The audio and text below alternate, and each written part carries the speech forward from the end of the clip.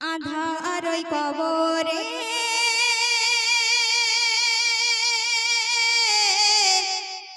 থাকবো কেমন করে। ঘটনাটি একটু মন দিয়ে শুনবেন, আশা করছি সকলের ভালো লাগবে। কবি ছন্দের ভাষায় কি লিখছে? আধার ওই কবরে থাকবো কেমন করে, আধার ওই কবরে থাকবো কেমন করে। কবরের বয়ান হাসরের ময়দানে, কবরের বয়ান হাসরের ময়দানে আজ বর্ণনা যাই করে। আধার ওই কবরে থাকবো কেমন করে। একটা মাইয়াত যখন তার আধার কবরে রেখে আসছে, সেই মাইয়াত কি বলছে সেই উদ্দেশ্য করে শায়র লিখছে, শুনুন। আধার গরে মোরে একলা ফেলে যে না মোর লাগে বড় ভয়ে, মুনুকার নেগে কি এসে সওয়াল করে জবাব দেওয়া যে বড় দায়। সেই মাইয়াত বলছে মরে ঘরে যে পেশায় সেথায় থাকা বড় দায়, মরে ঘরে যে পেশায় সেথায় থাকা বড় দায়। জলি যন্ত্রণায় ছটফট করে, আধার ওই কবরে থাকবো কেমন করে। যখন তাকে আধার কবরে রেখে আসলো, মাটির নিচে যখন রেখে আসলো, তার সঙ্গে কি ঘটছে সেই উদ্দেশ্য করে শায়র লিখছে, শুনুন। একা অসহায় ওই মাটির তলায় সাপ বিছু কত দংশায় মোর। আর কি হয়? কেউ নেই গো সেথায় মোরে কে গো বাঁচায়, বন্দি বাঁশে এর ওই খাঁচায়। আর কি হচ্ছে? জিবে বংশী গাথা পায়ে শিকল বাঁধা, জিবে বংশী গাথা পায়ে শিকল বাঁধা, মাটিতে সে মোর মারে বারে বারে। আধার ওই কবরে থাকবো কেমন করে।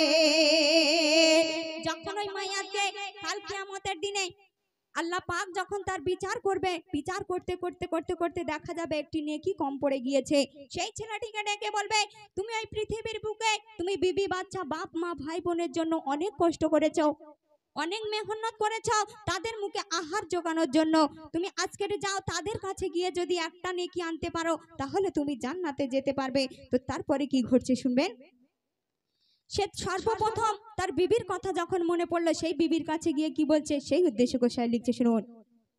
বিবিকে দেখে বলবে এটে একে, শোনো ও গো আমার প্রিয়তমা, দুনিয়ার বুকে আমি তোমারই সুখে গড়েছি বালা বাড়ি খানা। তোমারই সুখে আমি সুখে ছিলাম দিনই গণ দিন বেদনা। যত ছিল আরমান সব করেছি পুরাণ, যত ছিল আরমান সব করেছি পুরাণ, সে কথা বিবি ভুলো না। আর কি বলছে? আজ চাই গো বধূ একটি নেকি শুধু, আজ চাই গো বধূ নেকি একটি শুধু, দিলে জান্নাত দেবে আমারে। আধার ওই কবরে থাকবো কেমন করে।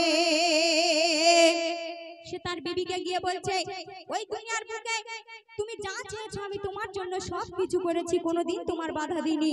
আজকে তোমার কাছে একটা নেকি চাইছি, ওই নেকিটা যদি দাও তাহলে আমি জান্নাতে যেতে পারবো। সেই বিবি কেমন ভাবে তাড়িয়ে দিচ্ছে সেই উদ্দেশ্য করে শায়র লিখছে, শুনুন। সব শুনে ফরমান, সব শুনে ফরমান, বিবি করে বে বয়ান, দূর হয়ে যাও কেন করবে পেরেশানে না আমার কোনো স্বামী ছিল না আমি কারো বধূ ছিলাম সেই বিবি বলছে আমি নিজে তারে পাই জান্নাতের আশায় আমি নিজে তারে পাই জান্নাতের আশায় বলে তাড়াবে দূর দূর করে আধার কবরে থাকবো কেমন করে। যখন তার বিবি তাকে তাড়িয়ে দিল সে মনে মনে ভাবতে লাগলো ওই পৃথিবীর জমিনে সব থেকে যদি আমাকে কেউ ভালোবাসতো সে আমার মা জননী ছিল ওই মায়ের কাছে গেলে একটি নেকির জন্য গেলে আমার মা জননী নিশ্চয়ই ফিরিয়ে দেবে না। তো তারপরে কি ঘটছে শুনবেন।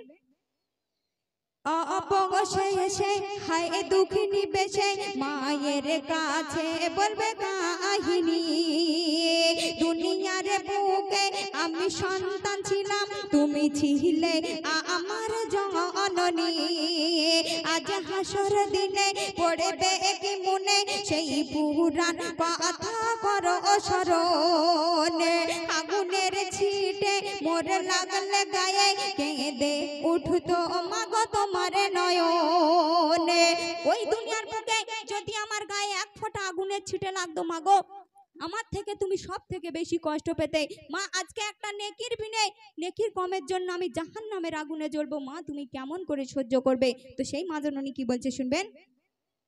সেই পুরাণ কথা আজ করো মা গো তুমি স্মরণে মাকে বলছে আজ একটি নেকি বিনে জ্বলবো আগুনে মা গো আজ একটি নেকি বিনে জ্বলবো আগুনে মা গো দেখবে কেমন করে আধার কবরে থাকবো কেমন করে। যখন তার মায়ের কাছে এসে এই কথাগুলো বললো সেই মা জননী কি বলছে সেই উদ্দেশ্য করে সে লিখছে শুনুন। সব শুনে মাথা শেষে বলবে কথা দূর হয়ে যা আমি নই তো কারো মা না আমার কোনো সন্তান ছিল আমি কাউকে ওই চিনি না। মা জননী বলছে আমি নিজে তারে পাই জান্নাতের আশায় আমি নিজে তারে পাই জান্নাতের আশায় ইয়া নফসি নফসি করে আধার কবরে থাকবো কেমন করে আধার কবরে থাকবো কেমন করে। যখন একটি নেকির জন্য স্ত্রী বিবি বাচ্চা মায়ের কাছ থেকে যখন ফিরে আসবে রাস্তা দিয়ে হেঁটে যেতে যেতে একটা যুবক ছেলের সঙ্গে দেখা হয়ে যাবে সেই যুবক ছেলে জিজ্ঞাসা করবে ভাই তুমি এমন ভাবে কেঁদে কেঁদে কোথায় যাচ্ছ। সেই ছেলেটি বলল যে আমার একটি নেকি কম পড়েছে ওই নেকিটা হলে আমি জান্নাতে যেতে পারবো যদি আমার কেউ এই একটা নেকি দিত আমি তাহলে জান্নাতে যেতে পারতাম। ওই ছেলেটি বলছে ভাই আমি এই বিবি বাচ্চার মোহে পড়ে এই পৃথিবীর মায়ায় পড়ে আমি একটাও নেকি করতে পারিনি আমার খাতায় শুধু গোনা আর গোনা ছিল আমি একটি মাত্র নেকি করেছি এই নেকিটা তোমাকে দিয়ে দিচ্ছি তুমি নিয়ে জান্নাতে যাও আল্লাহ পাক দুজনকে দেখে খুশি হয়ে দুজনকে জান্নাতে দিয়ে দেবে। তো শেষ কথাই বলছি শুনুন। বিচার দিবসে কেউ রবে না পাশে সব নিজ ভাবনায় নিজে রবে ঈমান আমল যার সঠিক রবে সে খোদার জান্নাতে যাবে। আর কি হবে কুল্লুম নাফসুন যায়কাতুল মউত একদিন মরতে সবাইকে হবে তোর ভাঙানি কি ভুল এমডি সমাদোলে তোর ভাঙানি কি ভুল এমডি সমাদোলে তুই যাবি একদিন মরে আধার কবরে থাকবো কেমন করে আধার কবরে থাকবো কেমন করে। একটু ডেকে লাগাও সোনার মদিনা दो जहानेर बादशाह नबी शाह मदीना दो जहानेर बादशाह नबी शाह मदीना একটু ডেকে লাগাও সোনার মদিনা একটু ডেকে লাগাও সোনার মদিনা দো জাহানের বাদশা নবী শাহ মদিনা দো জাহানের বাদশা নবী শাহ মদিনা কবে জুড়াবো মন প্রাণ কবে জুড়াবো মন প্রাণ দেব কদমে সালাম কবে জুড়াবো মন প্রাণ দেব কদমে সালাম কবুল করো আশা পাক রব্বানা दो जहानेर बादशाह नबी शाह मदीना दो जहानेर बादशाह नबी शाह मदीना একটু ডেকে লাগাও সোনার মদিনা একটু ডেকে লাগাও সোনার মদিনা দো জাহানের বাদশা নবী শাহ মদিনা দো জাহানের বাদশা নবী শাহ মদিনা রাখতে পারি প্রেমেতে বাজি হাজার মাইল হাঁটতে হলে হাঁটতে রাজি